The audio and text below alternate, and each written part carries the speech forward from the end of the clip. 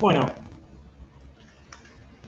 vamos a empezar entonces directamente con cabeza y cuello. Habíamos visto las técnicas, las herramientas que tenemos en el laboratorio de patología, su alcance, sus limitaciones. Vamos a ir incorporándolas en el estudio de las distintas áreas. Vamos a empezar con cabeza y cuello, y como dice ahí el título, la neoplasia vedette en esta región es el carcinoma escamoso. Históricamente está ligado al consumo de alcohol y tabaco, ¿sí? Ese es el perfil epidemiológico de los pacientes con carcinoma de cabeza y cuello, ¿sí? El perfil clásico de estos pacientes. ¿Y cómo se presentan a la consulta los pacientes con carcinoma escamoso de cabeza y cuello? Bueno, lo más habitual es que consulten por algún nódulo cervical, ¿sí? A nivel del cuello tenemos, por un lado, las glándulas salivales, ¿sí? La parótida y la submaxilar, que nos pueden dar lugar a algunos nódulos, ¿sí? Sobre su parénquima. Y después tenemos los ganglios linfáticos cervicales, ¿sí? Que están alrededor de los grandes vasos, la yugular, la carótida, y tenemos los distintos niveles de ganglios linfáticos. La patología de cualquiera de estas estructuras va a dar lugar a un nódulo palpable en el cuello, ¿sí? Ya sea bien cervical o a nivel parotidio o submandibular. Y este va a ser el modo en que se presenta en la mayoría de los pacientes con patología de cabeza y cuello. Entonces se pueden dar distintos escenarios que hay que tener en cuenta. Un nódulo a nivel parotidio, por ejemplo, puede ser un tumor de la parótida, propio de la glándula parotidia. A su vez, ese tumor puede ser benigno o maligno, ya lo vamos a ver en la clase de hoy. Ese nódulo puede ser también un ganglio linfático intraparotidio con patología. Tengan en cuenta que adentro de la parótida y alrededor de la parótida hay muchos ganglios linfáticos. Entonces, cualquier patología que afecte a esos ganglios se va a manifestar como un nódulo a ese nivel. ¿Y qué patología puede afectar a los ganglios linfáticos, tanto intra como periparotídeos y cervicales? Bueno, patología neoplásica y no neoplásica. ¿Cuál sería la no neoplásica? Bueno, puede ser algo infeccioso, inflamatorio, reactivo, por ejemplo. Es una de las situaciones más comunes, por otro lado, ¿no? Cualquier paciente que esté cursando algún cuadro viral puede tener alguna adenomegalia, ¿no? De agrandamiento de algunos de estos ganglios. Cualquier paciente que haya sido sometido a algún procedimiento odontológico puede tener alguna adenomegalia a nivel cervical, submandibular. Entonces tenemos la patología reactiva, que en el contexto clínico adecuado uno la puede identificar, sospechar. Y después está la patología ganglionar neoplásica, dentro de la cual tenemos dos grupos. Las neoplasias primarias de los ganglios linfáticos, que son los linfomas. Habrá una clase especial o dos clases especiales. Y después, que es lo más común dentro de lo neoplásico, que son las neoplasias secundarias en los ganglios cervicales o parotidios, ¿sí? Es decir, tenemos un carcinoma, por ejemplo, de piso de boca, que va a dar una metástasis al ganglio cervical. Y esa metástasis va a ser la primera manifestación de la enfermedad. Esa adenomegalia cervical va a ser la primera manifestación de la enfermedad. puede ser un carcinoma de cuero cabelludo, de paladar, puede ser un carcinoma propio de la glándula parotidia, que a su vez de metástasis en alguno de los ganglios que la rodean. Puede ser de un tumor no epitelial, por ejemplo, un melanoma, que dé metástasis a alguno de los ganglios cervicales.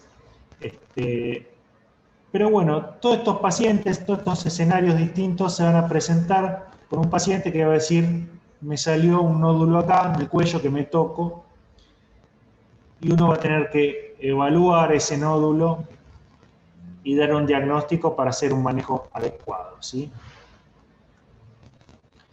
¿Cuál es el abordaje inicial de estos nódulos palpables cervicales? Bueno, la punción con aguja fina, una herramienta que les comenté el lunes pasado, ¿sí? La punción, la citología que se obtiene de una punción es la herramienta fundamental a través de la cual se va a manejar un paciente con patología de cabeza y cuello. Es la principal herramienta diagnóstica, la de inicio, ¿no? Que nos va a dar una pista de dónde está la patología, y es muy útil para el manejo de estos pacientes. En patología tiroidea, ya lo veremos la semana próxima, es directamente el eje del diagnóstico y del manejo, ¿sí? La punción con aguja fina. En otras topografías, la punción con aguja fina pierde un poco de valor, dando lugar a procedimientos un poco más agresivos, en el sentido más cruentos, si se quiere, en el sentido que se sacan fragmentos de tejido, ¿sí? Biopsias tipo Trucat. Pero los ganglios cervicales, las glándulas salivales y la tiroides se estudian inicialmente con punción, ¿sí? Punción con aguja fina. PAF, P-A-A-F, PAF. Son las siglas. Y bueno, en esta primera parte de la cursada vamos a hacer hincapié en esta herramienta. Yo les mostré que estamos en el consultorio cuando al paciente se lo punza para controlar que ese material sea útil, que no sea solo sangre, que no sea solo material purulento, por ejemplo, o necrótico, que podamos ver células viables. Hacemos el control y la preparación de los extendidos ahí en consultorio al lado de los pacientes. ¿Y qué podemos ver en un extendido bien realizado? Bueno, como les decía, una de las situaciones más frecuentes es el ganglio hiperplásico. ¿Qué vamos a ver en un ganglio hiperplásico? Linfocitos en distintos estadios madurativos. Fíjense, tienen distinto aspecto. Algunos son más chicos que otros, algunos tienen más citoplasma. Hay otras células que son histiocitos, además de los, como estas, células endoteliales, además de los linfocitos. Es decir, hay polimorfismo nuclear, celular, porque hay distintos tipos de células que están en distintos estadios madurativos, lo cual es normal, es absolutamente normal.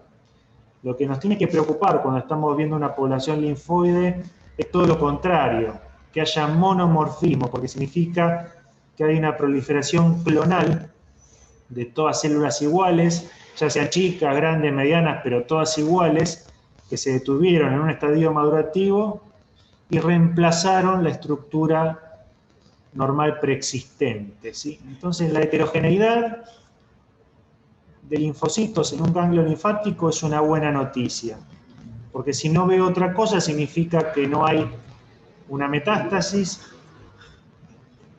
y si me aseguro que es solo población linfoide, esa heterogeneidad me aleja la idea de un linfoma, es decir, estamos frente a un cuadro reactivo, un ganglio hiperplásico con hiperplasia folicular, como se llama. A estos pacientes no habría que hacerle más nada, quizá un antibiótico, no sé, o ver la causa.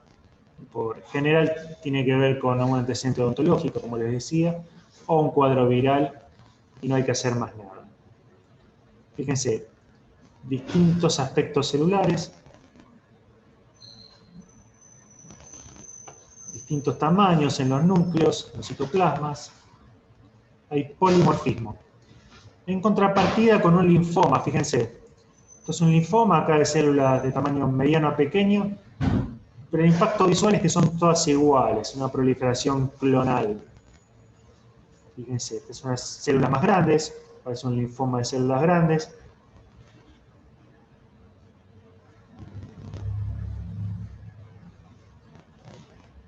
¿Ven?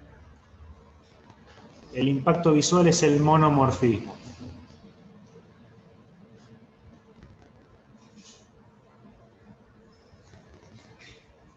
Distintos subtipos de linfoma les estoy mostrando, algunas células pequeñas, medianas, grandes. ¿Sí? Acá más de tipo inmunoblástico, ¿sí? Con estos nucleolos muy prominentes. Y dejando de lado la población linfoide, que siempre vamos a encontrar en la punción de un ganglio linfático, pero tenemos que ver qué otra cosa hay, además de linfocitos. Acá vemos una proliferación con vacuolas internucleares. No veo pigmento, no obstante lo cual, estos rasgos me sugieren la presencia de un melanoma, mejor dicho, la metástasis de un melanoma en un ganglio linfático cervical. Es importante tener en cuenta los melanomas, por un lado porque suelen no tener pigmento, muchas veces que dan metástasis, o tienen pigmento muy escaso, entonces no hay que valerse de ese elemento para su diagnóstico. Muchas veces tenemos melanomas metastásicos amelanóticos que pueden ser confundidos con carcinomas escamosos. Y el manejo es totalmente distinto. Uno siempre piensa un carcinoma escamoso porque es lo más frecuente. Y cuando se encuentra un melanoma, si no ve el pigmento, puede terminar considerando esta lesión como un carcinoma escamoso, lo cual es un error en el manejo del paciente. Acá sí vemos con pigmento, pero como les digo, no es necesario la presencia de pigmento para el diagnóstico de melanoma. Es como el gran simulador para nosotros el melanoma, porque puede ser epitelioide, fusocelular, amelanótico.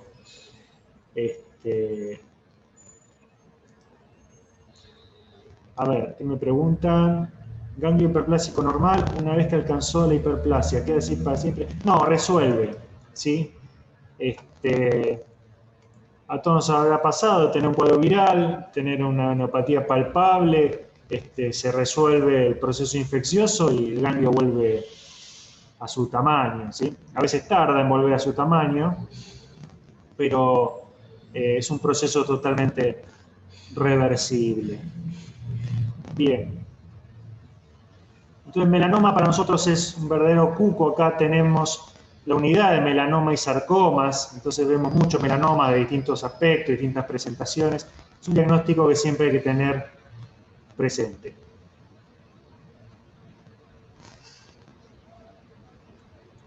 Fíjense, melanoma, acá aparecen linfocitos, células pequeñas o plasmocitos incluso, ¿no? Ese citoplasma amplio que da un aspecto plasmocitoide. Bueno, hay que tener cuidado y buscar algunos elementos más característicos, como acá esta vacuola internuclear que suelen tener los melanomas, pero cuando uno no lo puede definir va a ser una técnica de inmunohistoquímica. Fíjense acá el pleomorfismo que tienen en otra variante. Y la inmunohistoquímica sí nos permitiría demostrar que esto es de estirpe melánico. En este otro caso, yo les había mostrado ya ejemplos de inmunohistoquímica hechos sobre citología. Acá es una S100, HMB45, y melanatos, marcadores melánicos que me confirman en un extendido que estoy frente a una metástasis de un melanoma. Y a veces, además de los linfocitos, puedo tener células escamosas, fíjense, como estas, con mucho polimorfo nuclear asociado, pero que si se da en un paciente joven tengo que tener mucho cuidado. Un paciente joven, no fumador, que no está en la epidemiología de un carcinoma escamoso, tengo que tener cuidado que no sea un quiste branquial donde las células escamosas sufran algún proceso de cambio reactivo, sumado a las células gigantes asociadas a la queratina, ¿sí? Un proceso granulomatoso, inflamatorio. Estas son células gigantes multinucleadas asociadas a la ruptura de un quiste branquial, por ejemplo, la queratina en el quiste branquial. Y las células escamosas pueden tener cambios reactivos, pero no una atipía marcada, ¿sí? A ver qué me ponían acá en el chat.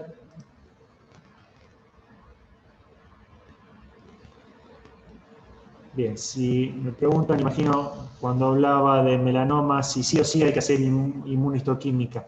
Sí o sí no, no es obligatorio. Por ejemplo, acá estoy viendo un quiste branquial. A continuación, voy a mostrarles lo que se ve en un carcinoma escamoso. Cuando yo veo esto, veo claramente atipía. Acá no tengo dudas de que estoy frente a algo maligno. Esto excede cualquier cambio reactivo. Y veo queratinización, fíjense acá, esta célula disqueratótica. Esto es un carcinoma escamoso. Un melanoma nunca me va a dar esto. Por otro lado, si estuviese frente a un melanoma y tengo el antecedente de que el paciente tiene un melanoma de paladar, por ejemplo, de cuero cabelludo, y estoy frente a un nódulo cervical y lo punzo y veo esta población de células neoplásicas que tienen vacuolas internucleares, por más que no tenga melanina, pigmento, en el contexto clínico adecuado, y veo que no puede ser otra cosa, que no queratiniza, que no forma glándulas, que no es un tumor salival, ni un linfoma, sí puedo decir que es una metástasis, un melanoma sin hacer inmuno, ¿sí? La inmunohistoquímica, técnica de FISH, PCR son herramientas muy útiles que se utilizan cuando el patólogo no puede resolver el caso con los rasgos morfológicos que me presenta cada biopsia individualmente. Es decir, no es que se hace siempre o nunca. Depende del caso. Depende del caso, depende de lo que nos estamos enfrentando, si vamos a requerir de inmuno o no. A veces los patólogos, es cierto, esto ocurre en la medicina en general, que se piden estudios de más para no tener problemas, ¿no? Uno va por una torcedura de tobillo y te hacen una placa, una resonancia, una tomografía. Bueno, en realidad es un uso desproporcionado de los recursos. Si yo puedo resolver el caso con morfología, con la citología, lo hago. Si tengo alguna duda, ahí sí no titubeo, tengo que pedirle inmuno. De la menor duda lo pido, pero a veces la citología puede llegar a ser categórica en ese contexto clínico ya con antecedente dado. Uno lo puede omitir. Pero bueno, es caso a caso se va viendo. Acá les estoy mostrando imágenes de colgajos en citología de carcinoma escamoso, ¿sí? Punción con aguja fina, siempre lo que me van a dar son fragmentos de tejido, células sueltas o en conglomerados, en grupos, como en este caso. Pero pierdo la arquitectura, ¿sí? No veo qué está pasando en ese tejido. Son células sueltas, es como un rompecabezas, pieza de un rompecabezas que uno tiene que imaginar y armar.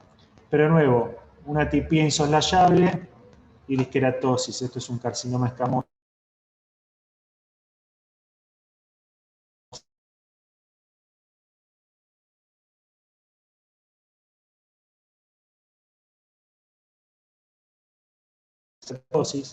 Generalmente se quistifican las metástasis del carcinoma escamoso y se infectan, por eso hay polimorfos nucleares.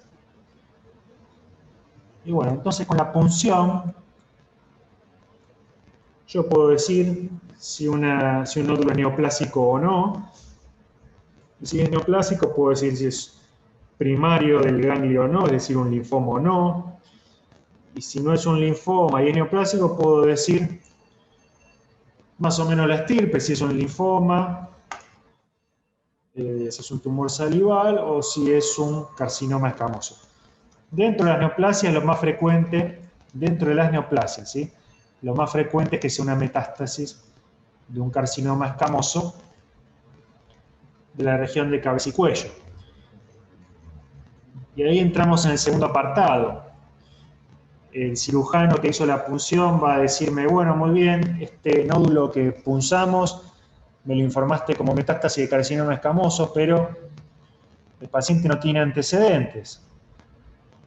Vamos a investigar a ver dónde está el primario. Y ahí entramos en el escenario de primario de origen desconocido. En realidad esta expresión hay que utilizarla luego de que al paciente se lo estudió, ¿sí? El origen desconocido es luego de haberse hecho todo el estudio completo de imágenes, de panendoscopías, ¿sí? Un examen exhaustivo, y cuando uno no haya la lesión primaria, ahí hablamos de primario de origen desconocido, no antes de estudiar al paciente, simplemente porque no tiene ningún antecedente o porque no lo refiere. Entonces, sabemos que cuando un paciente se presenta de esta manera, hasta el 10% de los carcinomas de cabeza y cuello se presentan con metástasis de primario desconocido, ¿sí? Un número importante.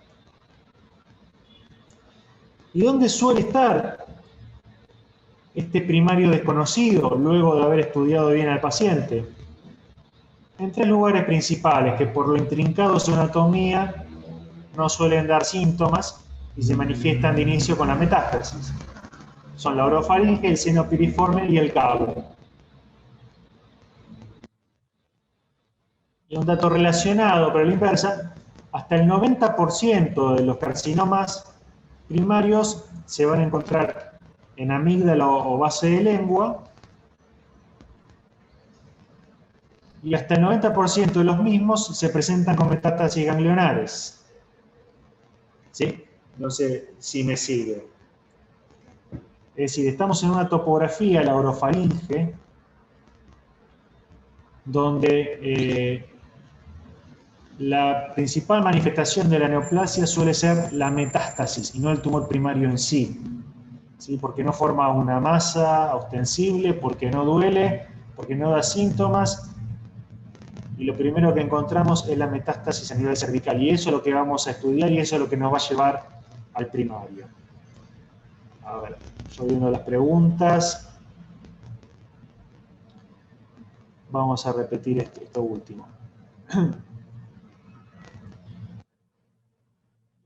Diapositivas, a ver.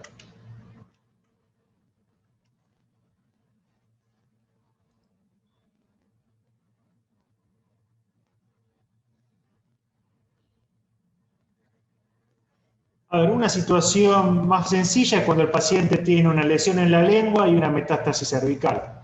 Ahí no hay primario desconocido, ¿sí? Suele ocurrir eso, o en el paladar, o en base de lengua, en cuero cabelludo, piso de boca. Bueno, uno ve la lesión y ve la metástasis, o tiene el antecedente de la lesión y ahora tiene la metástasis. Pero bueno, hasta un 10% de los pacientes tienen la metástasis, pero no sabemos dónde está el primario. Y la mayoría de las veces que ocurre eso, el primario se da en uno de estos 3 sitios, sobre todo en orofaringe, ¿sí? Hasta el 90% de los carcinomas primarios se hallan en amígdala o base de lengua, ¿sí? Región orofaringea. Y a su vez, hasta el 90% de los tumores orofaringios, hasta el 90% de estos se presentan con metástasis ganglionares. Vamos a ver por qué. Esto es una foto panorámica que muestra bastante bien la anatomía y la morfología a la vez de una amígdala. La amígdala palatina tienen estas criptas, ¿sí? Revestidas por epitelio escamoso, que penetran en profundidad, rodeadas por tejido linfoide, denso tejido linfoide.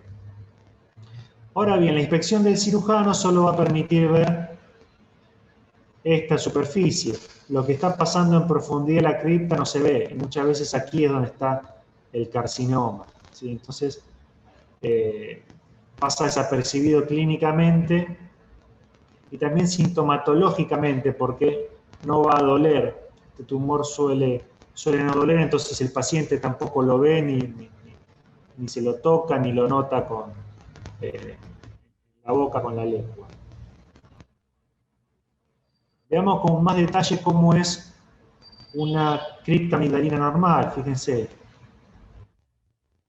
el epitelio escamoso, membrana basal que separa todo epitelio de su estrómano, ¿no es cierto? Pero fíjense qué profundidad.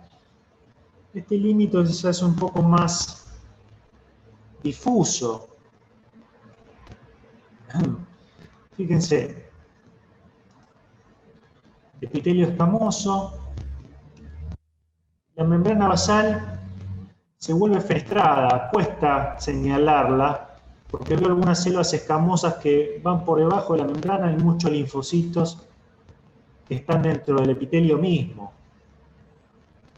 Esto es en condiciones normales, esta es la arquitectura de la cripta amigdalina normal. Tiene una membrana basal fenestrada discontinua que rompe con el dogma oncológico de displasia, carcinoma in situ, ruptura de membrana basal, invasión, capacidad metastásica.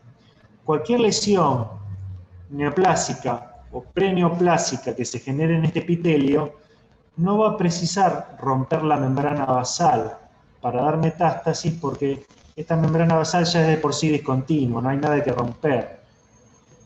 Incluso este tejido linfoide que está adentro del epitelio, también vamos a ver que hay algunos vasos linfáticos adentro mismo del epitelio, en íntimo contacto con las células del epitelio, lo cual hace que no tengan que invadir en profundidad para poder dar metástasis. Pueden dar metástasis las lesiones intraepiteliales propias de la amígdala. Esto es un rasgo único de esta topografía, ¿sí? Por eso es tan interesante. Entonces, si no necesita romper la membrana basal para dar metástasis, porque no hay una membrana basal continua, si alcanza a contener los cambios neoplásicos a nivel intraepitelial, ya se ahorró mucho tiempo este tumor y no necesita formar una masa que se manifieste clínicamente para dar metástasis, y va a ganar el torrente linfático mucho más rápido que una lesión que sí requiera la destrucción de la membrana basal. Entonces, esto explica por qué el principal motivo de consulta es la metástasis cervical, ¿sí? Porque es muy silente a nivel local, amigdalino, este tumor, e inmediatamente gana acceso al torrente linfático. Entonces, tenemos una rápida vía de diseminación y un muy bajo volumen tumoral en el sitio primario. Fíjense de nuevo, esta íntima relación entre el tejido linfoide y el epitelio. Amígdala totalmente normal. En cambio acá vemos una amígdala ya con displasia del epitelio, ya hay hipercromasia, falla la maduración y tenemos un tumor que puede dar metástasis sin infiltrar. Acá vemos tumor infiltrando, ¿sí? Que no necesite infiltrar para dar metástasis no significa que no infiltre, ¿sí? Si sigue su evolución, el carcinoma amigdalino o la faringe va a infiltrar. De hecho, es lo que suele ocurrir. Pero lo anterior que les comentaba es lo que explica por qué da metástasis en forma tan temprana.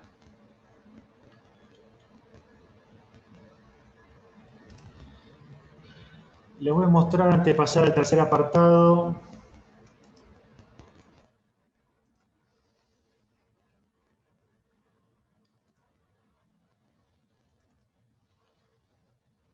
algunos preparados de algunas páginas. Esta es la Universidad de Leeds, que tiene toda una colección de preparados histológicos digitalizados que podemos recorrer libremente, así que vamos a aprovecharlo. Fíjense, esto es lo que les decía, la amígdala revestido por epitelio escamoso, las criptas asociados a tejido linfoide. Acá tenemos los dos aspectos. epitelio escamoso normal y epitelio escamoso displásico. ¿Sí? Acá la membrana basal todavía la veo, pero a medida que nos metemos en profundidad se va a ir perdiendo y se va a ir fenestrando. ¿Sí? Acá seguimos.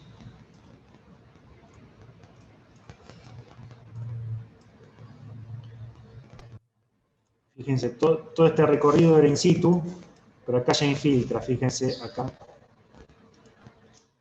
La infiltración del estroma. Lo cual, como les decía, no es necesario para dar metástasis. Ya esto que tengo acá, llamémoslo in situ, tiene capacidad metastásica. De hecho, en esta topografía no lo llamamos carcinoma in situ, porque pierde valor biológico esta expresión. Infiltre o no, si vemos atipía, llamamos carcinoma orofaringio, carcinoma escamoso orofaringio. Vamos a esperar que haga un poco de foco, mayor nitidez. Acá vemos células escamosas atípicas infiltrando el estroma. Bien. Yo les había señalado que lo más frecuente es que los pacientes con carcinoma escamoso de cabeza y cuello tengan antecedentes de alcohol y tabaco. Pero bueno, justo a nivel orofaringio,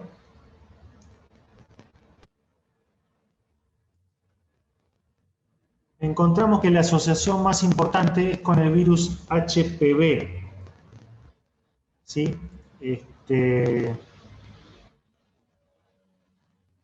A ver. Esperen que avanzo. Esto implica pacientes más jóvenes, sin antecedentes de alcoholismo, ni son fumadores. Quizá hay una asociación entre la cantidad de parejas sexuales que hayan tenido.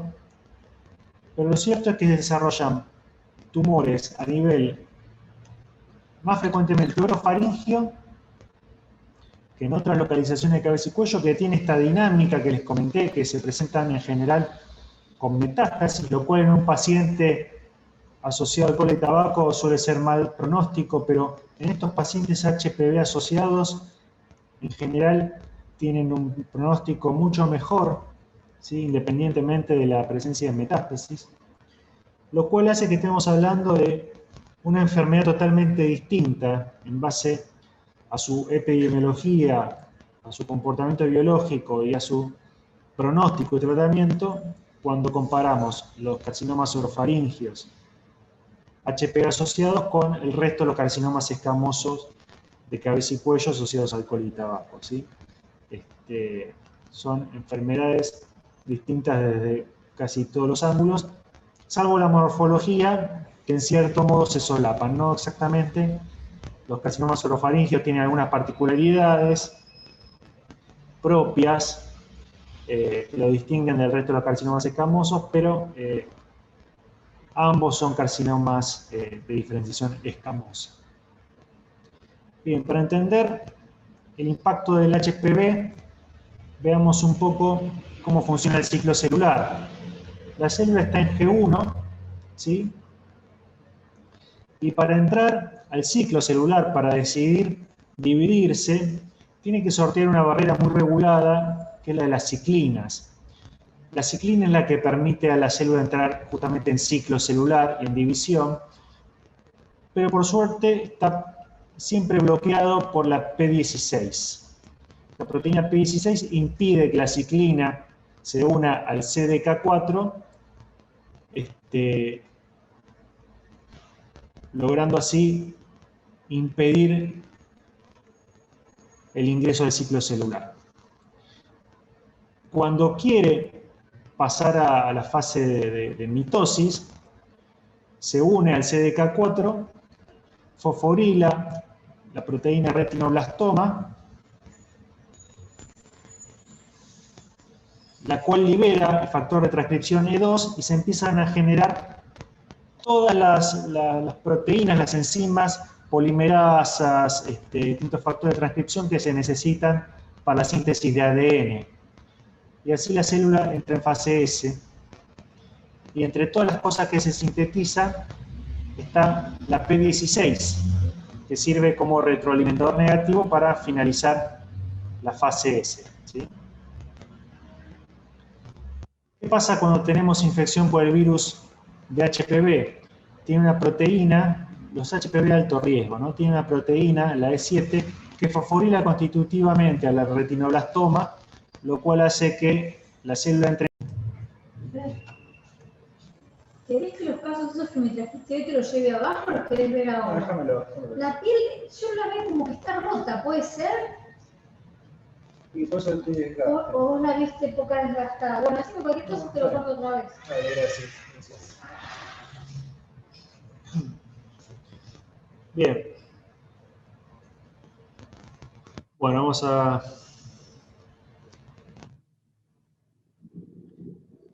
grabar.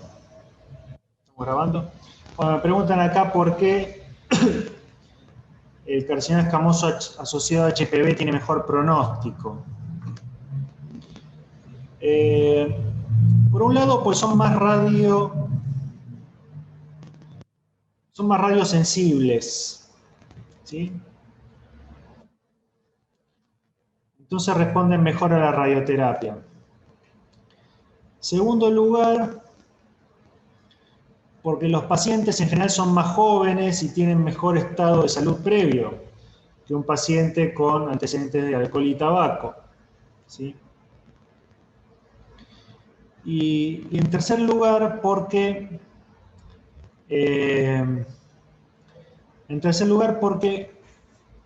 la presencia de estadios más avanzados, por ejemplo, la presencia de un tumor con ganglio positivo, con un ganglio metastásico, a uno le hace pensar en un tumor agresivo, pero en realidad los HPV asociados en orofaringe tienen metástasis no porque el tumor sea agresivo en sí, sino por lo que les señalaba antes. El tumor rápidamente ganó acceso al torrente linfático, ¿sí? Entonces, no es que sean biológicamente agresivos per se, sino que encuentran una ruta directa hacia el ganglio. En cambio, los que están asociados al alcohol y tabaco, para llegar al ganglio linfático, sí tienen que destruir localmente el tejido, el estroma, y bueno, son tumores más voluminosos, sumados a lo que les comentaba antes. ¿Qué pasa si se saca el virus? No, una vez que ya se activó el mecanismo, ya el tumor se desarrolla independientemente de la presencia del virus, porque digamos, esto que les estoy mostrando es un evento iniciador. Esperen que voy a compartir la pantalla.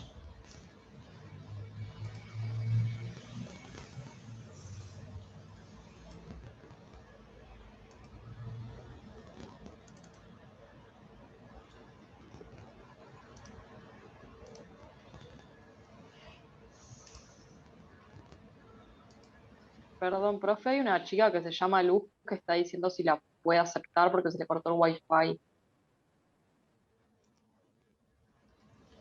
Sí, a ver.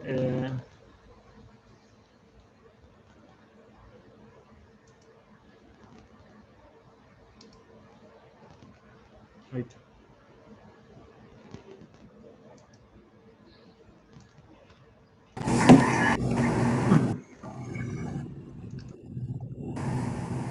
Bien. ¿Dónde estamos? Por acá.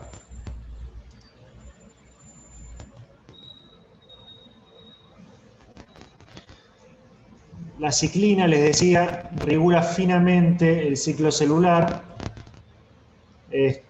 bloqueado en forma negativa por el P16. Cuando la célula decide entrar a fase S, se fosforila, se permite esta interacción, el factor de transcripción E2 genera todo lo necesario, inclusive la P16, para poder cerrar el ciclo con retroalimentación negativa, ¿sí? Todo esto está finamente regulado. Cuando hay infección de una célula por un virus HPV de alto riesgo, hay una proteína viral, la E7, que fosforila en forma constitutiva la proteína retinoblastoma, haciendo que esté permanentemente activado el ciclo celular, y como intento de retroalimentación banal, hay una acumulación de P16, que por más P16 que se genere, de nada me sirve bloquear la ciclina porque el problema está más abajo, ¿sí? Entonces voy a tener tumores asociados a virus HPV con activación de la vía del retinoblastoma y sobreexpresión de la proteína P16. La proteína P16 es una proteína humana, ¿sí? Del huésped, no del virus. Esto confunde porque los subtipos virales de alto riesgo son el 16 y el 18. Entonces, cuando uno habla del subtipo 16, no hay que confundirlo con el P16, que es la proteína humana que, como vemos en este caso, inmunistoquímica, está sobreexpresada en los tumores asociados a Epstein-Barr. ¿Sí? Es un reemplazo, lo que decimos un subrogante, ¿sí? Es un método subrogante para demostrar que un tumor está asociado a HPV, ¿sí? La técnica inmunistoquímica de P16. ¿Por qué hacemos P16 y no buscar directamente el virus?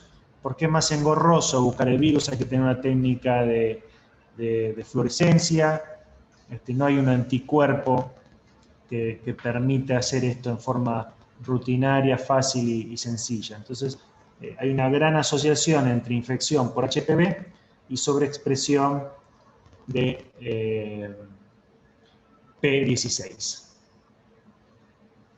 Como les decía, lo ideal sería hacer esto, ¿sí?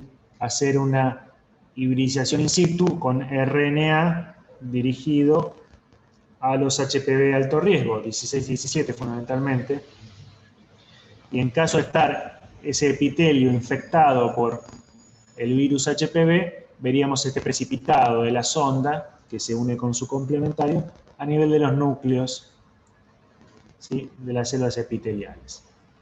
Esto sería lo ideal, pero no se hace de rutina.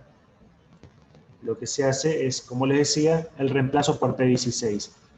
Ahora, todos los que tienen P16 significa que sí o sí tienen HPV. Obviamente muchos se han tomado el trabajo de ver si hay una correlación entre P16 y HPV.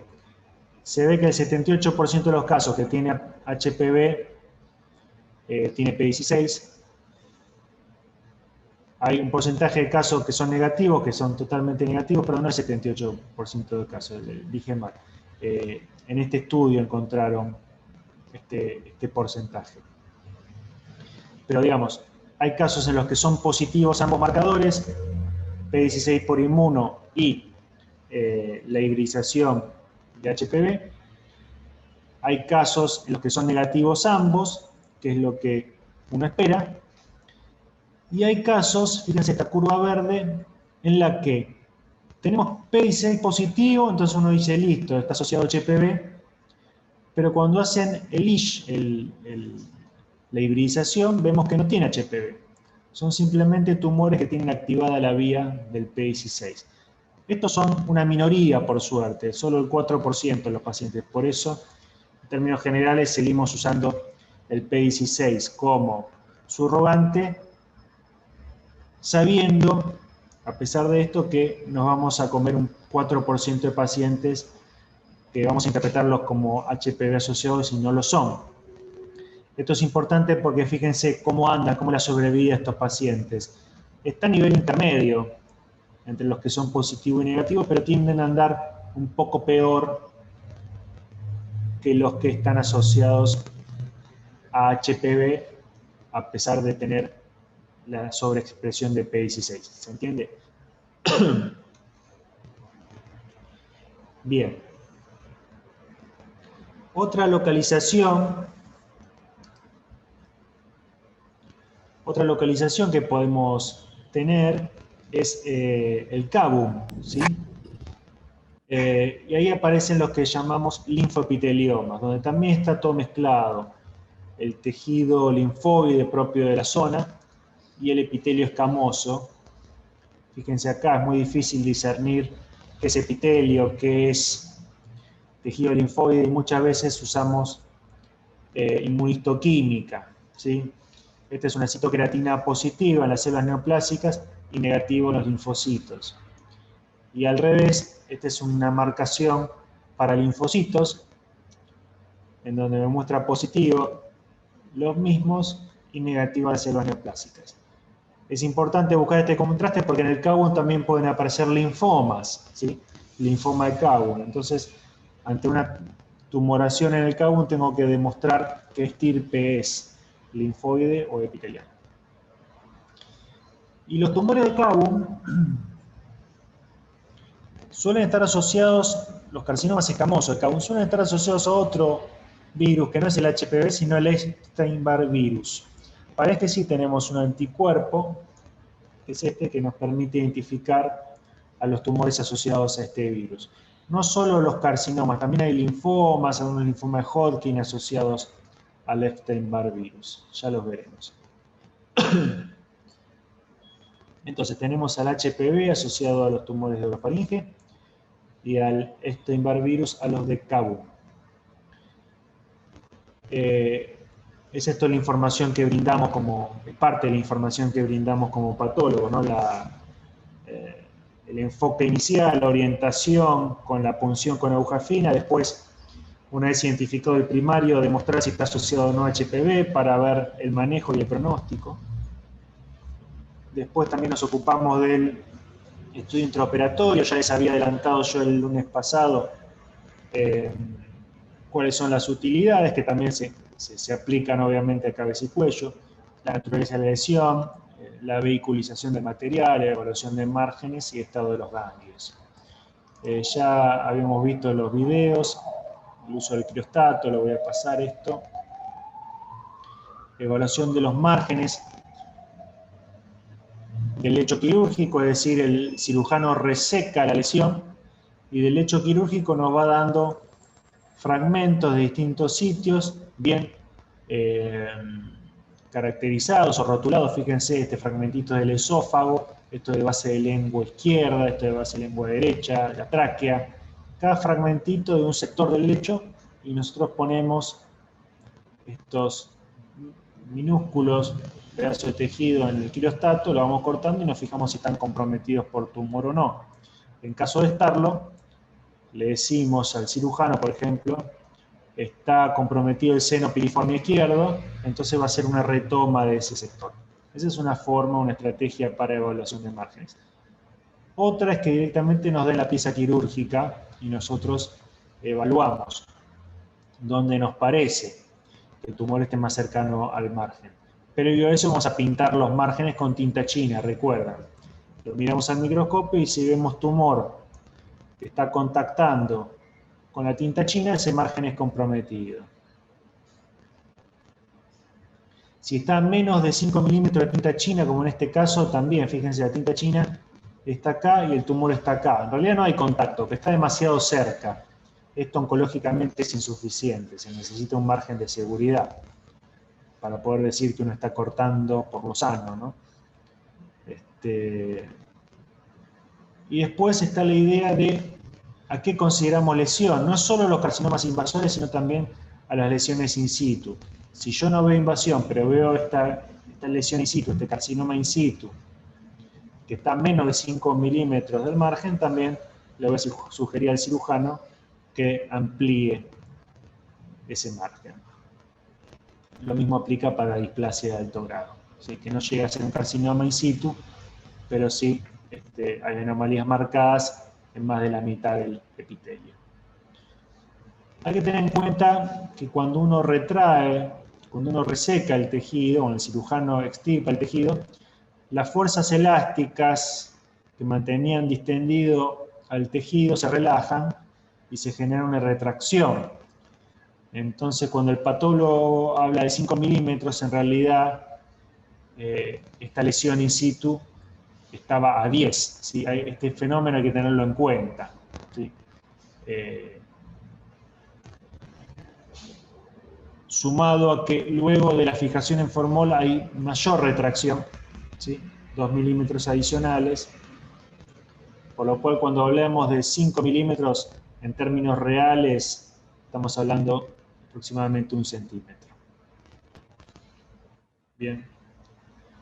Después hay un concepto que son los márgenes moleculares.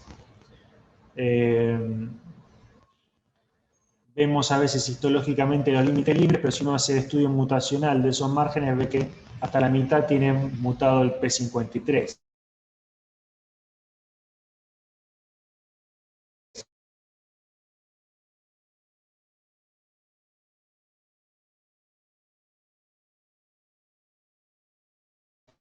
Tienen hasta un 38%, hasta el 38% de pacientes con mutación en P53 y límites libres tuvieron recidiva. ¿Sí?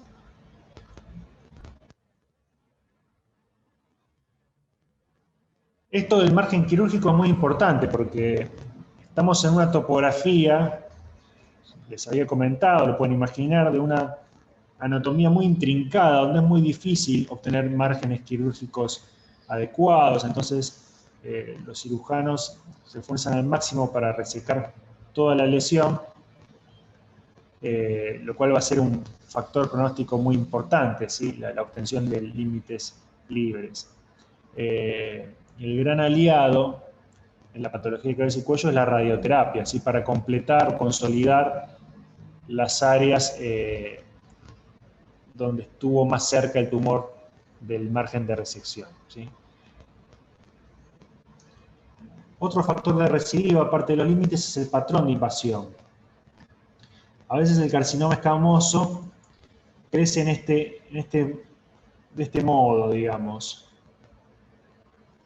con bordes expansivos, con bordes romos, ¿sí? Como empujando más que infiltrando, invaginándose en el estroma, rompe la membrana basal, pero fíjense, de este modo, como dice acá, expansivo, sin una destrucción neta, ¿sí? Como que va desplazando el estroma en su avance. Lo cual tiene un pronóstico mejor que si lo hace de este modo, infiltrando y disecando en forma de cordones o células aisladas el estroma. ¿Sí? Esta es una imagen mucho más agresiva. Entonces, dos tumores que a lo mejor tienen el mismo tamaño van a tener un comportamiento diferente según el patrón de infiltración que tengan. Eso hay que consignarlo. Obviamente también si hay embolias vasculares o infiltración perineural. ¿Sí? La embolia me va a hablar de metástasis, la infiltración perineural me va a hablar de riesgo de recidiva, porque a lo mejor yo el margen quirúrgico lo tengo libre, pero el tumor migró loco regionalmente a través de los nervios. ¿Sí? Factor pronóstico, margen de resección. Perdón, la infiltración perineural, margen de resección y patrón de infiltración. La macroscopía, tengo un video, son varios videos, de una laringectomía. Les voy a mostrar.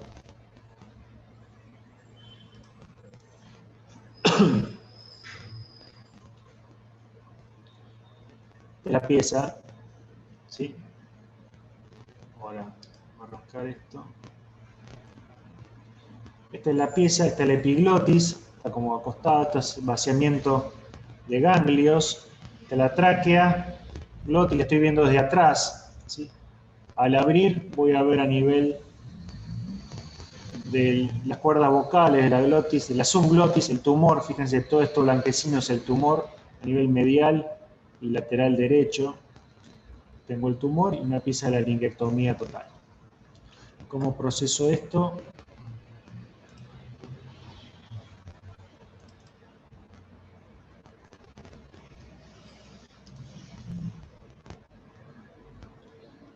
Pinto, ¿sí?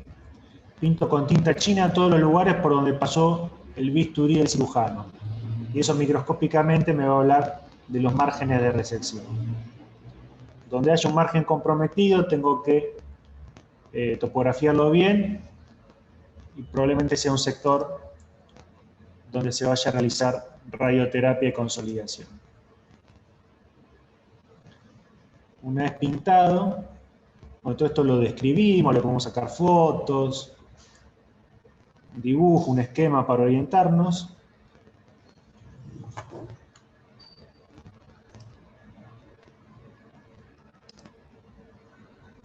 Y empezamos a disecar, a pelar la pieza para ir tomando los tacos que vamos a mostrar. Digamos, no se mete todo esto a procesar, vamos a seleccionar qué sectores vamos a estudiar al microscopio, ¿sí?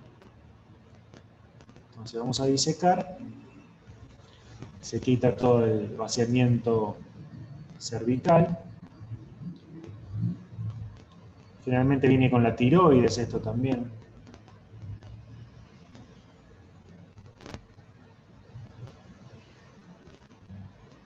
Esta ioides, a veces ofrece resistencia, pero bueno, se quita toda la grasa, se va pelando la laringe.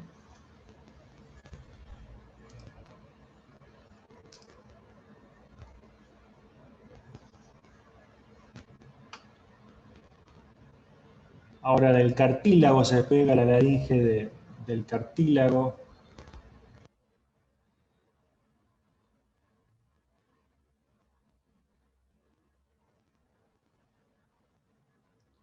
Después se analizan sectores del cartílago para ver si están infiltrados o no, eso cambia el estadio, ¿sí?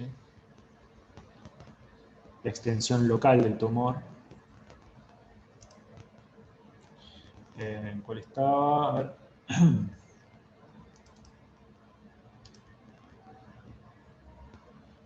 No.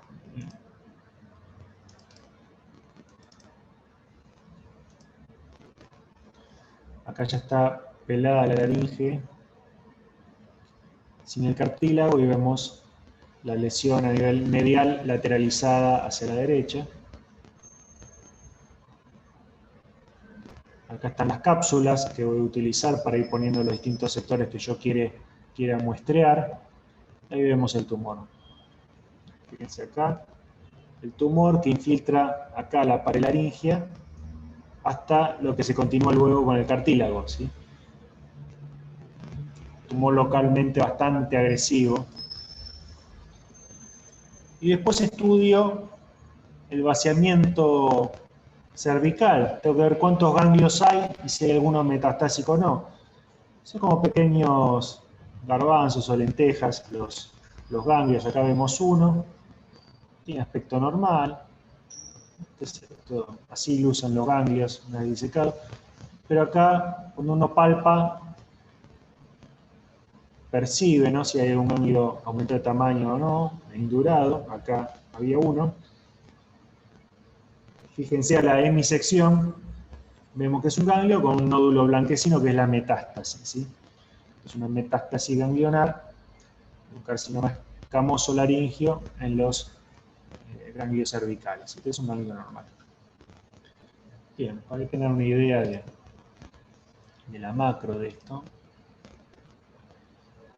A ver, una pregunta.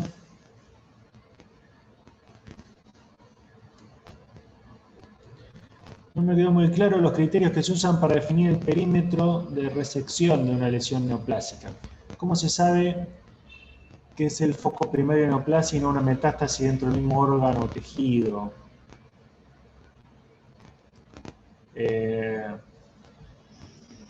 No entiendo bien la pregunta.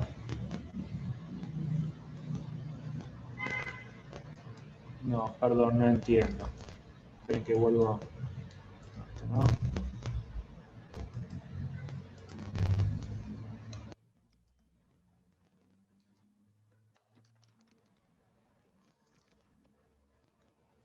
Esta es la microscopía del ganglio que les mostré. Todo esto violeta es el ganglio y esta es la metástasis. Linfocitos y nidos de carcinoma escamoso. Eh, a ver, la pregunta que me hacían, estoy tratando de interpretarla, pero ¿Me puedes dejar el eh, micrófono? uy, no escucho Eh, bien, perdón. yo hice la pregunta. Sí, Eh, bueno, mi duda es, ¿cómo se define que cuando se saca bueno, se está investigando la lesión neoplástica, si es el foco primario o si es una metástasis? O sea, ¿cómo define el perímetro para hacer la resección de una lesión neoplástica? ¿Se opta por sacar todo el órgano o se hace un perímetro determinado? Esa sería mi duda. a ver, vos te referís a qué estrategia quirúrgica se utiliza. En realidad, esta pieza de la laringectomía, por ejemplo, es una de las cirugías más agresivas que se hacen en cabeza y cuello. Se tratan de ser cada vez más conservadores. A veces se opta primero por una radioterapia, o se saca en láminas las cuerdas vocales, se hace una mucosectomía. Cada vez se trata de ser más económico, ¿sí? Más conservador en las cirugías oncológicas. Este es un caso de unos años atrás que era localmente bastante avanzado. Ahora las laringectomías que vemos en general están asociadas a radioterapia previa y cuesta encontrar el tumor. Se ve como una placa blanquecina donde estuvo el tumor y bueno, uno luego reducido y volver quirúrgico al paciente se opera. En general sabemos que es primario porque siempre en el órgano está el tumor primario y las metástasis van a estar en los ganglios que acompañan a la pieza, en este caso el vaciamiento cervical.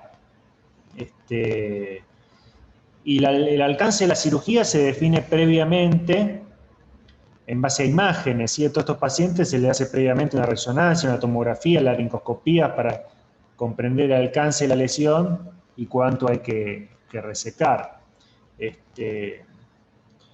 Igual en el caso de la laringe muchas alternativas no tiene. La laringectomía es como una técnica que se utiliza estándar independientemente del tamaño del tumor, pero en lesiones de lengua, por ejemplo, sí se estudia muy bien mediante imágenes previamente para poder definir la estrategia quirúrgica. Aún así, durante la cirugía llaman al patólogo para ver si los márgenes realmente pasaron por tejido sano como se esperaba y como se calculó. En caso de que no fuese así, que el patólogo diga, veo tumor, bueno, van a tener que ampliar en esa zona, o al menos señalarla si es que no pueden ampliar, por lo que le decía, a veces la topografía impide ampliar una resección, al menos identificar esa zona para consolidar con radioterapia, ¿sí? Bueno, espero haber aclarado esto. Bien. De tiroides vamos a hablar la semana que viene. Solo les digo que, bueno, que la punción acá es fundamental, la aguja fina. A grandes rasgos vamos metiéndonos en la cabeza el concepto de nódulo hiperplásico. La tiroides es un órgano muy activo biológicamente, metabólicamente. Y es normal la presencia de nódulos que proliferan más que otros, pero siempre en respuesta al eje hipotálamo hipofisario, ¿sí? No son nódulos autónomos, son nódulos hiperplásicos un poco más celulares que se punzan y nos van a mostrar en la citología células foliculares y coloide de fondo. No se hace biopsia nunca de esto, de la glándula, porque es muy irrigada. Entonces nos va a traer más problemas que beneficios. Nos puede traer mucha hemorragia, una biopsia de la tiroides. Y las características de las neoplasias de la tiroides, que es lo que estamos buscando con una punción, o lo que estamos buscando descartar con una punción, tiene características que no van a ser saldadas con una biopsia, ¿sí? Se ven muy bien ya en una citología. Y las limitaciones que tiene una citología no las va a resolver una muestra de tejido. Ya lo veremos. A veces el nódulo es mucho más denso en su celularidad, está bien delimitado por una cápsula fibrosa, Y ahí podemos hablar de un adenoma folicular, ¿sí? En condiciones teóricas, ahí tendríamos más celularidad, menos coloide. Fíjense, no hay atipías nucleares. Ahora, cuando el adenoma folicular rompe su propia cápsula, no la de la tiroides, sino su propia cápsula, y o tiene embolias vasculares, ya no es un adenoma folicular, sino un carcinoma folicular. Y si yo hago una punción de ese nódulo, me encuentro con que la citología va a ser exactamente la misma que la de un adenoma folicular. ¿Por qué? Porque la única diferencia es la invasión de la cápsula y la presencia de embolias. Dos rasgos que en una punción no voy a ver. ¿Sí? Si yo punzo esto que está pasando en el medio, no me da información de lo que está pasando en la periferia. Lo que voy a ver es lo mismo. Microfolículos de células foliculares empaquetadas, poco coloides, mucha celularidad, pero no sé si esto es un adenoma folicular o un carcinoma folicular. Para discernir eso tengo que estudiar la cápsula de ese nódulo y para eso tengo que sacar todo ese lóbulo tiroideo, ¿sí? Estos pacientes tienen que ir a cirugía para poder definir si son adenomas foliculares o carcinomas foliculares. Por eso el informe citológico es simplemente de neoplasia folicular. Ya lo veremos la semana que viene. Neoplasia que puede ser benigna o maligna según los hallazgos que tenga yo en la pieza de lobectomía. Y a veces tenemos otros nódulos en la tiroides que al punzarlos veo células foliculares pero con algunos rasgos muy llamativos. Fíjense, hendiduras nucleares, vacuolas intranucleares, estructuras parecidas a papilas. Esto es un carcinoma papilar. Y acá sí puedo decir que es un carcinoma papilar y no otra cosa porque los rasgos nucleares son los que lo definen. No existe el adenoma papilar, por ejemplo, ¿sí? Acá no me interesa tanto qué está pasando en la periferia. Ya los rasgos nucleares me están hablando de un carcinoma papilar y es un paciente que va a ir a cirugía, ¿sí? La punción con aguja fina en la tiroides me permite discernir a los pacientes que tienen que ir a cirugía de los que no. ¿Cuáles son los que no? Los que tienen nódulos foliculares hiperplásicos, mucho coloide, pocas células. O una tiroiditis Hashimoto, ¿sí? Células inflamatorias. Esos pacientes no van a quirófano, por suerte son la mayoría. Los que sí van a ir a quirófano son los que tengan rasgos de carcinoma papilar o los que tengan muchos microfolículos, es decir, una neoplasia folicular. ¿Es esa neoplasia folicular un adenoma o un carcinoma? Lo sabré cuando estudie el lóbulo, ¿sí? Luego de la cirugía, cuando estudie el lóbulo resecado, miraré si esa periferia, si esa cápsula de la neoplasia folicular está infiltrada o no, y ahí terminaré de llamar a esa neoplasia adenoma o carcinoma. ¿Estamos? Pasamos un poco a salivales. Tenemos tres principales, ¿no? La parótida, submaxilar, sublingual, pero después hay mucho tejido salival disperso a lo largo de toda cabeza y cuello, ¿sí? Son las glándulas salivales menores, ¿sí? O accesorias. Todas ellas pueden dar tumores, ¿sí? Que pueden ser benignos o malignos. La mayor parte de los tumores benignos están constituidos por el adenoma pleomorfo, en menor medida el tumor de Warthin. Vamos a hablar un poco del adenoma pleomorfo.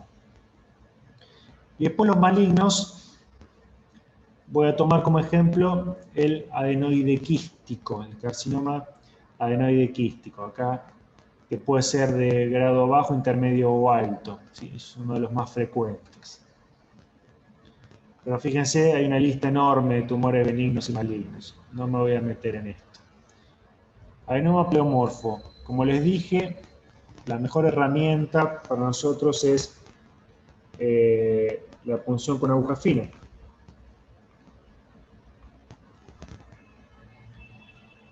En esta punción puedo ver material característico, que son células en grupitos, sin mayor atipía, y un fondo condromixoide, ¿sí? Este material así grisáceo, fondo condromixoide. Esto me permite decir que se trata de un adenoma pleomorfo, y entonces el cirujano planifica la cirugía en ese sentido, una lobectomía superficial. Fíjense este aspecto brillante, ¿sí? Como gelatinoso, propio de ese estroma condromixoide de los adenomas pleomorfos. Fíjense que no son esferas perfectas, sino que tienen un tenue lobulado. Acá no es demasiado pronunciado, pero hace que estos tumores tengan una tendencia a la recidiva si son enucleados.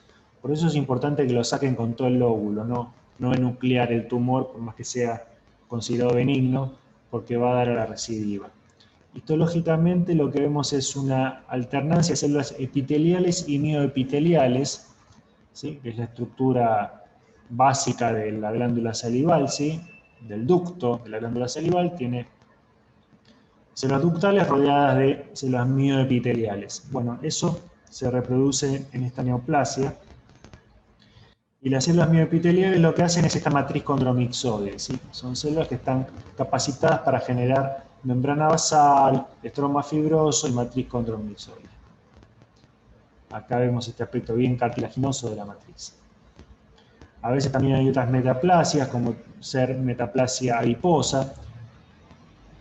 Cuidado con esto para los patólogos porque esto puede dar la imagen de un tumor que está infiltrando la grasa y en realidad el tumor es todo, los cordones y la grasa también, porque es parte metaplásica el tumor. Entonces, esto en un nódulo es fácil de evaluar, relativamente fácil de evaluar, pero si esto fuese una biopsia de paladar, uno podría confundir como infiltración del estroma y en realidad estamos frente a un tumor benigno. A veces recidivan, como les decía, si no son resecados en forma completa. Por eso la idea de un tumor benigno a mí mucho no me gusta. Hay que resecarlo bien, porque si no es un tumor de difícil manejo que puede recidivar múltiples veces. Entonces sí, es cierto que es muy raro que dé metástasis, a no ser que sufra alguna transformación maligna. Después de muchas recidivas, el tumor puede terminar malignizándose. Una situación que se llama carcinoma ex adenoma pleomorfo, ¿sí? Entonces, no son tumores banales. Uno como tumor benigno entiende al lipoma. Un lipoma nunca se va a malignizar, es un lipoma. Un leiomioma, un fibroma uterino, como se llama, fibroadenoma de la mama. Son tumores que uno los puede dejar y son benignos. El adenoma pleomorfo es llamado benigno, pero en realidad tiende a seguir creciendo si uno no lo saca. Y como un fenómeno tiempo dependiente puede llegar a tener una transformación maligna. Entonces, es benigno entre comillas. Benigno si uno lo saca en forma completa y sí, podemos decir que se curó. Pero su evolución natural puede llegar a ser agresiva. Fíjense, este es un caso que recidivó bastante y se terminó metiendo en la grasa cervical de este paciente en forma de nódulos recurrentes. Y el que sí es maligno por naturaleza es el adenoide quístico, acá un caso de paladar. En la citología mostraba estas células, no importa, yo se los muestro, no es que tienen que saber esto, pero para que tengan una idea que hay rasgos celulares que permiten identificar como estas esferas. Les voy a compartir la última parte, unos casos, a ver.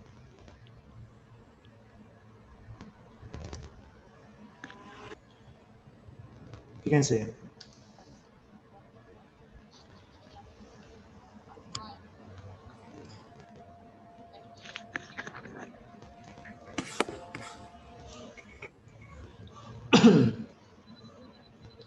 Esta es una resección de un adenoma pleomorfo. Fíjense, tinta china. En la periferia, veamos estructura normal, glándula salival, parótida, ducto, acá están los ductos, y los acinos, con el zimógeno, con la formación de las enzimas que van a formar la saliva. Ductos, células acinares. De estos ductos se puede generar esta neoplasia, constituida por células ductales y mioepiteliales. Ahora vamos a ver el ducto normal, de nuevo. Tiene células ductales y algunas mioepiteliales que pueden llegar a ser estas, ¿sí? en la periferia. Y esta es la contrapartida neoplásica benigna, que es el adenoma pleomorfo. Fíjense, todo esto es tumor, que es matriz condromixoide, ¿ven? Parece como un moco, y hay células dispersas, deben ser mioepiteliales. Fíjense, está tocando en el margen, hay riesgo de recidiva. Adenoma pleomorfo, porque es justamente polimorfo, hay sectores donde hay más celularidad, hay sectores donde hay más estroma, hay sectores de dilatación quística. No hay dos sectores iguales, es bien polimorfo, ¿sí? De ahí la expresión del nombre de adenoma pleomorfo. Vamos a ver el área donde había celularidad. Células ductales. Se van perdiendo en este estroma condromixoide. Ductales y mioepiteliales en la periferia.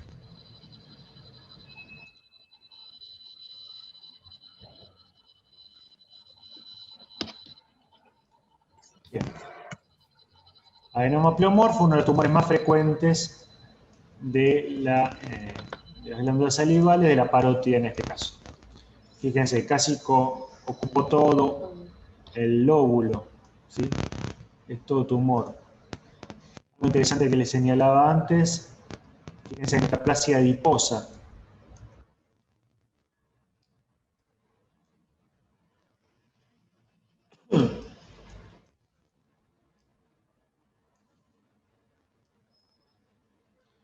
Aunque ahora que estoy viendo, me retracto. Esto no es metaplasia adiposa, me parece que es la grasa propia, pasa que está todo desplazado. El tumor es esto, acá va terminando, desplaza, empuja a lo que queda de parótida, ese tumor empujando, empujando. Y esto que está acá es grasa, también en la interfaz entre tumor y estroma de la glándula salival. Pues pensé que seguía por acá el tumor, pero no, termina por acá. Pero bueno, bien puede hacer este tumor metaplasia adiposa. Y ahora vamos a ver el otro tumor más frecuente en su contrapartida maligna.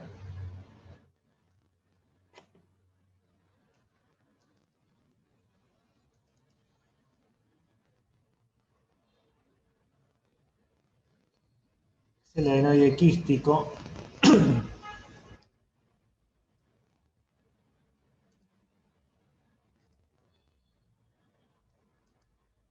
Acá podemos estar quizá en paladar, revestido por epitelio escamoso. Ahora vamos a ir ganando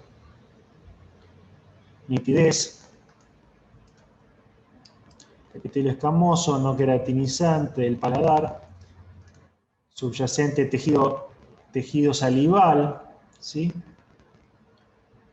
Salival accesorio, que está disperso por todos lados y probablemente haya sido asiento de esta neoplasia. Fíjense, esto es neoplásico, carcinoma adenoide quístico.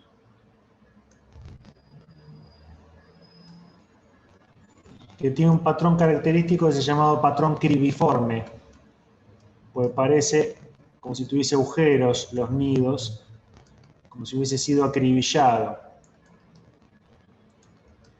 Patrón cribiforme, ¿ven? Estos agujeros que aparecen acá, el impacto visual. Pero fíjense dos cosas. Primero, que también es una lesión bifásica en el sentido que es epitelial y mioepitelial. Son dos las poblaciones celulares que están acá en juego. Las ductales de adentro y las mioepiteliales más claritas de afuera. Acá se ven muy bien. Y las de afuera son las que generan este material tipo membrana basal y eosinófilo que se ven sectores. Todo este material grisáceo, ¿ven? Lo generan las células mioepiteliales. En este caso no vemos material condroide, ¿sí? Eso es propio del adenoma pleomorfo. Estos por suerte no forman material condroide, sino sería un problema adicional hacer el diagnóstico diferencial. Pero se ve claramente el patrón bifásico, ¿sí? célula ductal, nido epitelial. Y algo muy característico de este tumor, fíjense, no está bien circunscrito. Estos nidos se meten por todos lados. Fíjense el margen acá pintado con tinta china, en este caso es una tinta china verde. No importa. El tumor se mete por todos lados. No está bien circunscrito. Eso hace que tenga una tasa recidiva muy alta. Y otra cosa que hace que tenga mucha recidiva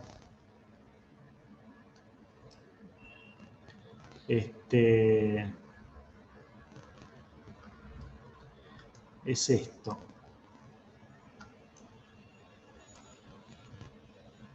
A ver si veo cómo continúa esto. Bueno, esto de acá es un nervio, quiero ver. Acá. El nervio viene así. En distintos planos va siendo agarrado.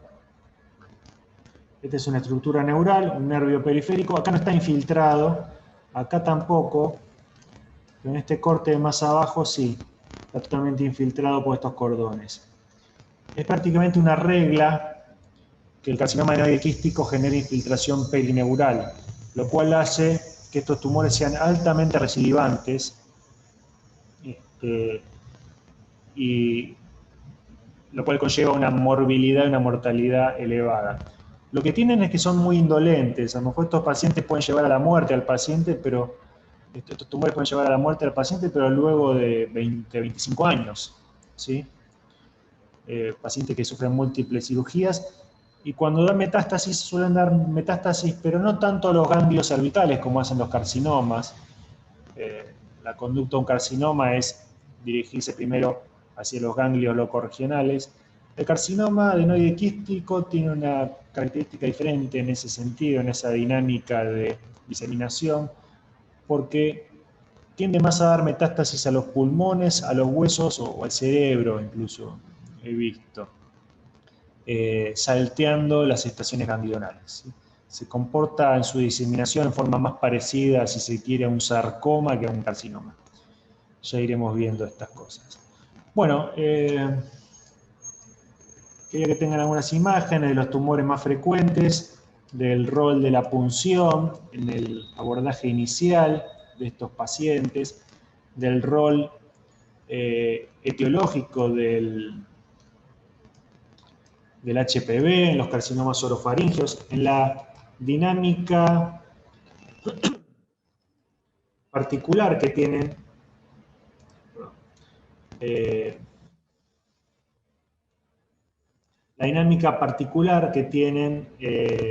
los carcinomas orofaringeos, ya que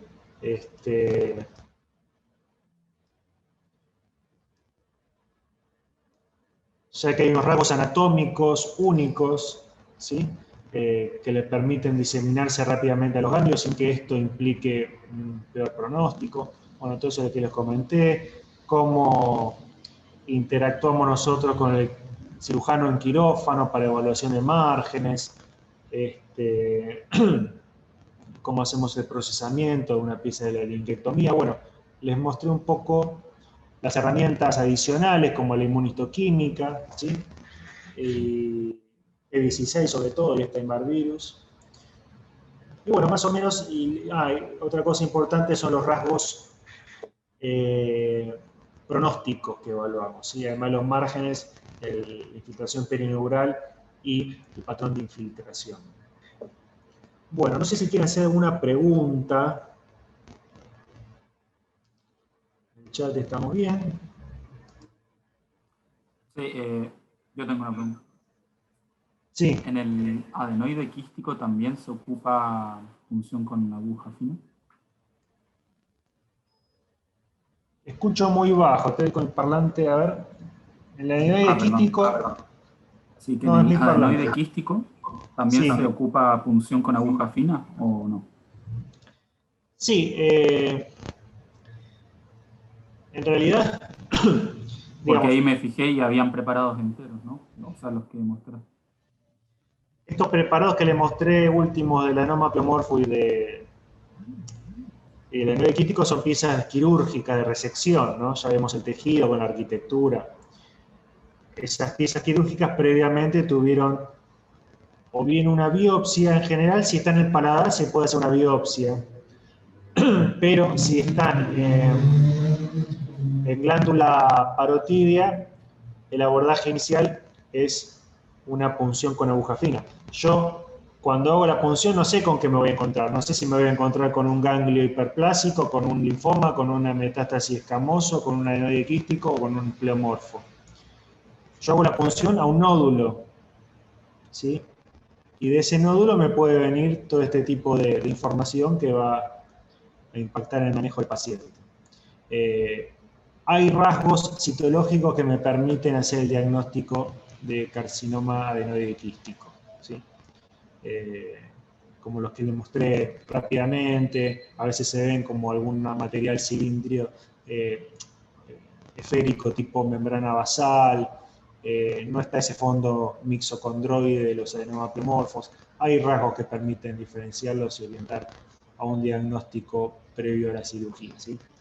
Es un problema la citología en glándulas salivales porque no permite ser 100% categórico. Es muy difícil hacer el diagnóstico de entidad en una punción aguja fina de una lesión parotídea, ¿sí? De un tumor parotídeo.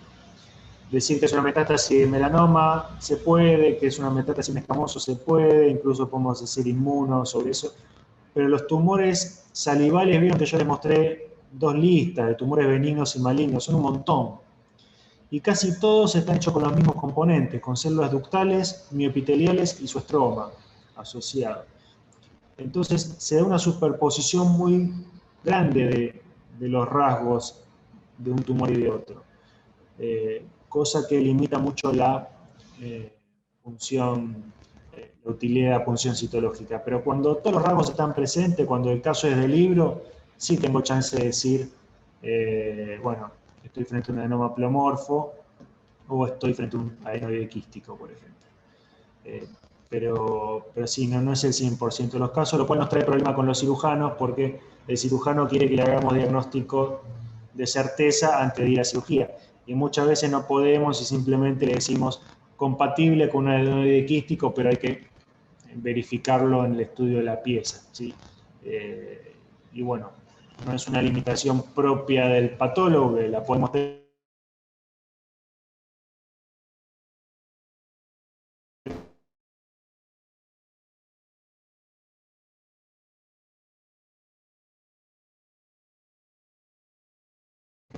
¿Alguna otra pregunta?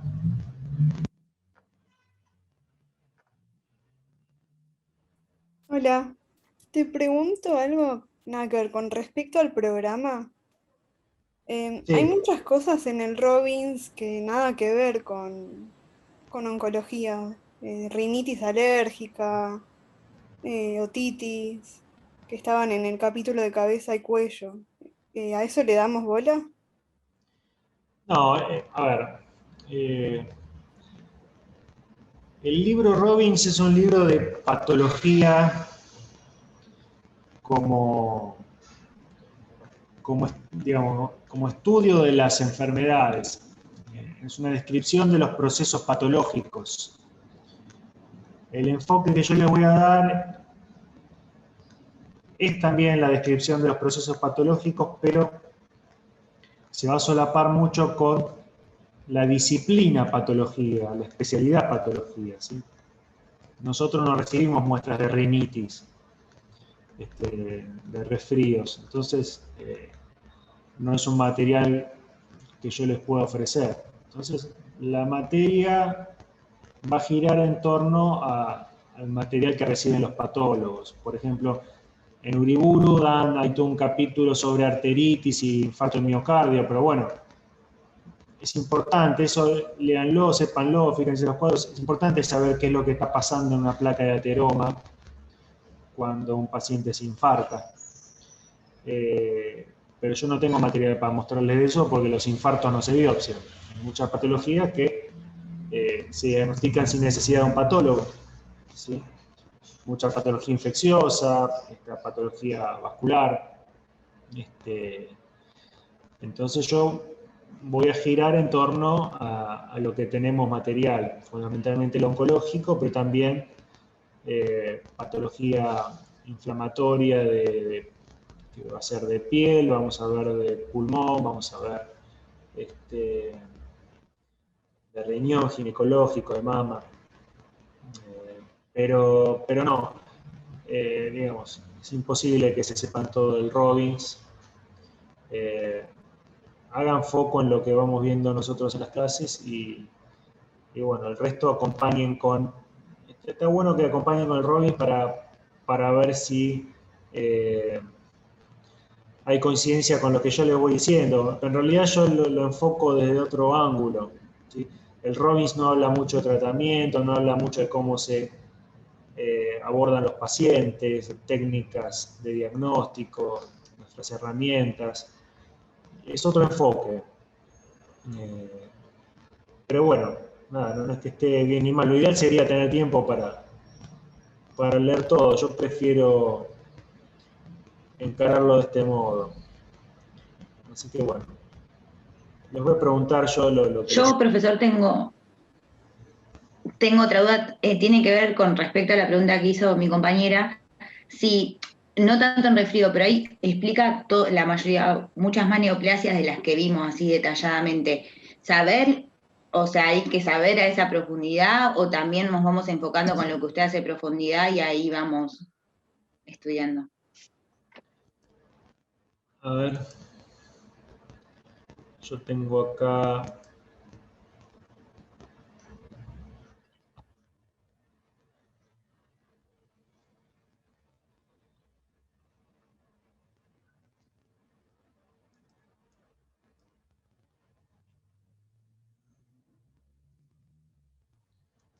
Estoy buscando... Tenía el Robbins por acá, lo tengo en la... O sea, yo creo que se refiere, disculpe, creo que se refiere a que, bueno, tiene que ver con la lista esa enorme de tumores que usted mostró, pero, por ejemplo, está bien con saber a profundidad los que usted nos nombró como importantes, pero teniendo en cuenta que hay un montón y simplemente nombrarlos va a estar bien. Los que yo les mostré tienen que al menos poder reproducir lo que yo les dije. Acá tengo, no, esta versión. Porque, por ejemplo, el Robbins también desarrolla el adenoma pleomorfo y el carcinoma quístico adenoide, pero agrega también el cistoadenoma papilar, que lo desarrolla más. Ese es el Warty. Sí. Ese es el... Okay. Tenés la página, ahora no sé dónde estaba, casi cuello puede estar. 745. En mi libro, sí, de las 7:27 a 7:47 está todo más o menos lo de lo KBC.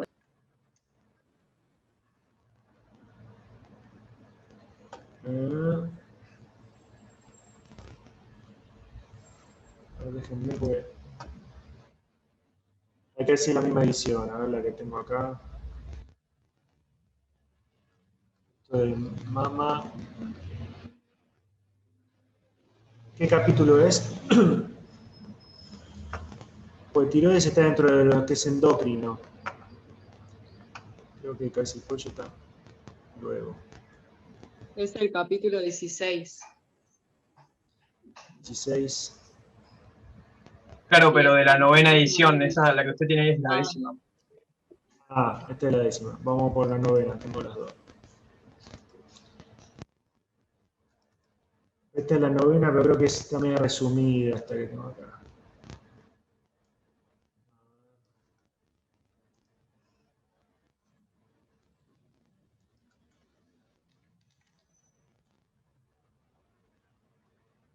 Sí.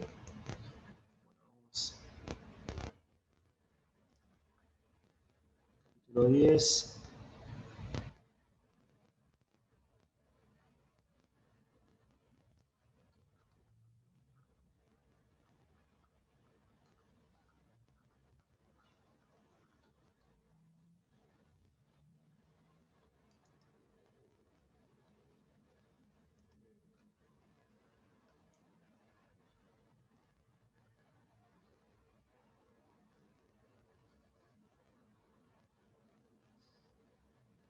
16 me dijeron.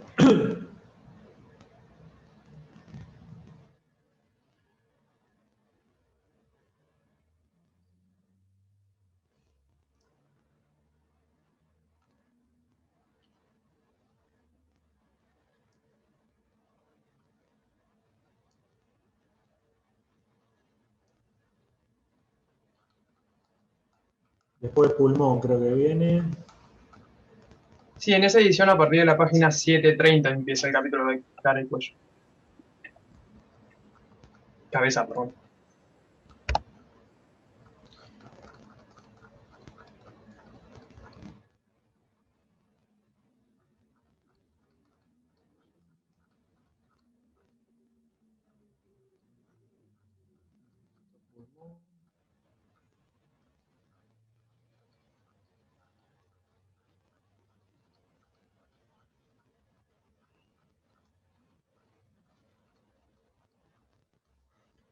Bueno, acaba de empezar. A ver,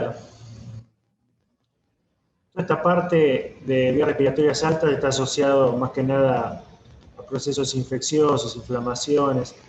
La mayor parte, fíjense, ¿sí? Candidiasis, herpes.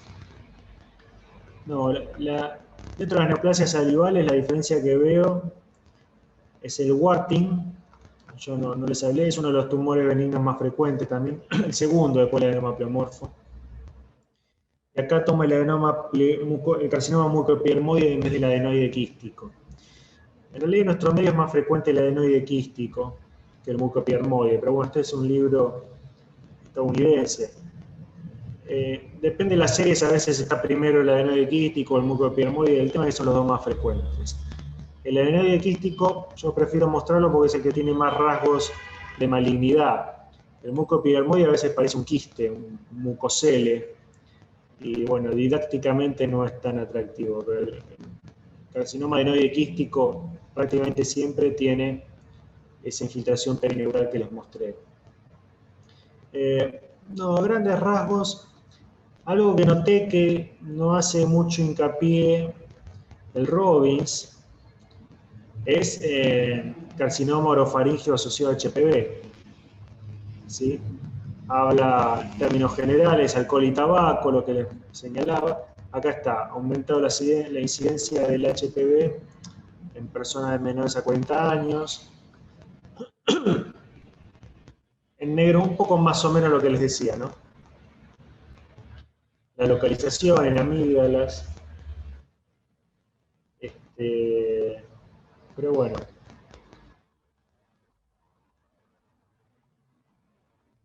No sé si señala esto que es importante de la fenestración de la membrana basal, pero bueno, digamos, algo que no les comenté es de la vacuna. Alguien decía, bueno, si se saca el HPV se cura. No, pero sí puede ser una buena noticia para las próximas generaciones la prevención con vacuna para HPV, ¿sí? Uno espera ver una disminución en la incidencia de carcinoma orofaringeo con la vacunación masiva por HPV, que en realidad empezó para erradicar el carcinoma de cuello uterino, ¿sí? Pero también protege, porque es la misma cepa de alto riesgo, contra el carcinoma orofaringeo. A tal punto es una epidemia en Estados Unidos el carcinoma orofaringeo, acá también hay bastante, pero en Estados Unidos el carcinoma orofaringeo asociado a HPV es más frecuente que el carcinoma de cuello uterino, ¿sí? Es decir, cuando uno dice neoplasias malignas asociadas a HPV, allá lo más frecuente es el orofaringeo por encima del clásico que es el cervix uterino, ¿sí? Para que tengan una idea. Bueno, esperemos que esa epidemia, verdadera epidemia oncológica que hay de estas neoplasias disminuya con la vacunación. Pero bueno, nada, con respecto al programa, esto que tengo acá es una versión, creo que abreviada del Robbins. El original es gigantesco, no, y tampoco tiene un enfoque que a mí me parece que pueda servir tanto. Yo prefiero alternar lo conceptual con lo aplicado en el día a día para que no sea una materia tan abstracta y puedan entender y darle sentido a los contenidos. Pero bueno, sí, no le voy a decir que no lean el Robbins, sería lo ideal, pero tomen como eje lo que vamos viendo acá. ¿Sí? Lo que sí tienen que brillar es con el trabajo que vayan a elegir, así que es un arma de doble filo, un tema libre a desarrollar porque les da libertad, pero también les exige que sea perfecto. ¿Sí?